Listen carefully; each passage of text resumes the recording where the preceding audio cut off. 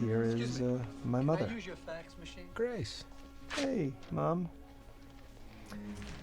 So, and that's Burt Williams. Burt Williams. From Public Access. Yes, he was played the crotchety ex-mayor. One cigarette lighter gold. So, giving away the ending of the movie before it's over. If you listen to anything he's saying. You know what I wanted to know about Keith? and here was the playing out of the bulletin board. I have to know how close we can. Basically, our intention from the beginning, structured largely around that bulletin board, was to play with, or at least from my point of view, was to play with the idea of an audience's perception of watching a film. So with casting Kevin Spacey, for instance, it was not the last character you suspect as much as it was the last actor that you suspect. It won't make sense when you look at it right. You gotta, like, stand back from it, you know? You wanna see a real horror show? See my garage. It's also from a directorial and editorial standpoint.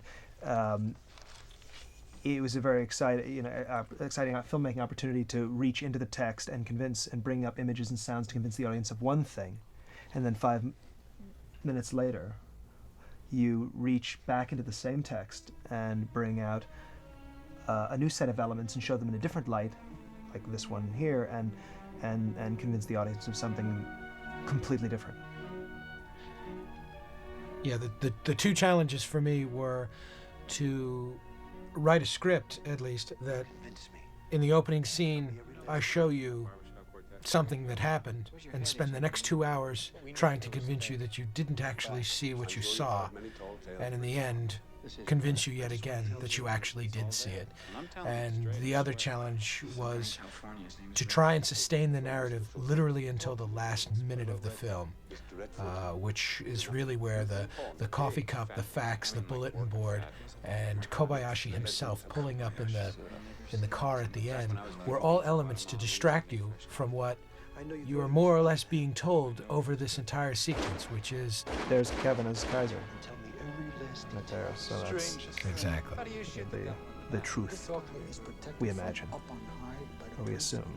That's what we're trying to sell to you. Yeah. Also, I always found the notion of, like, for instance, here's the broken coffee mug, the notion that Rabin, the cop, and Kuyan, the customs agent, and Bear, the FBI guy, they all have a piece of the puzzle. You know, a broken mug, a fax, you know, a witness in the hospital, but none of them have the whole picture. And even the end, you know, that I always liked that. They were like the big three. And they were all after what happened for different reasons. Yeah. The cripple, did you see him? In the original draft, Kuyan was looking for Kaiser Söze, and it was only after we went back and read it that we started to get the feeling it was a bit too ridiculous. It made Kuyan a little less believable that he believed in this story, and that the more unbelievable the story became, and the fewer people that believed it, the more believable the story became as a whole. Yeah. And that's really, really Kaiser's greatest defense, is essentially convincing the world that he doesn't exist. And here, if you notice, if you listen to all the voices, the montage of voices and things, they're all placed in very specific areas of visual, like right here. I'm sure Keaton is dead. I can't feel my legs. Kaiser. First thing I learned on the job, you know what it was? How to spot a murderer. How to spot a You got the murderer. cripple there from New York. Yeah. He mentioned Kaiser Söze.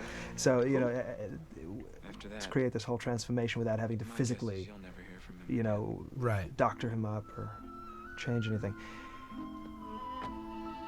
And the idea, to me, of Kobayashi being in the car is to show that in every lie there is some truth.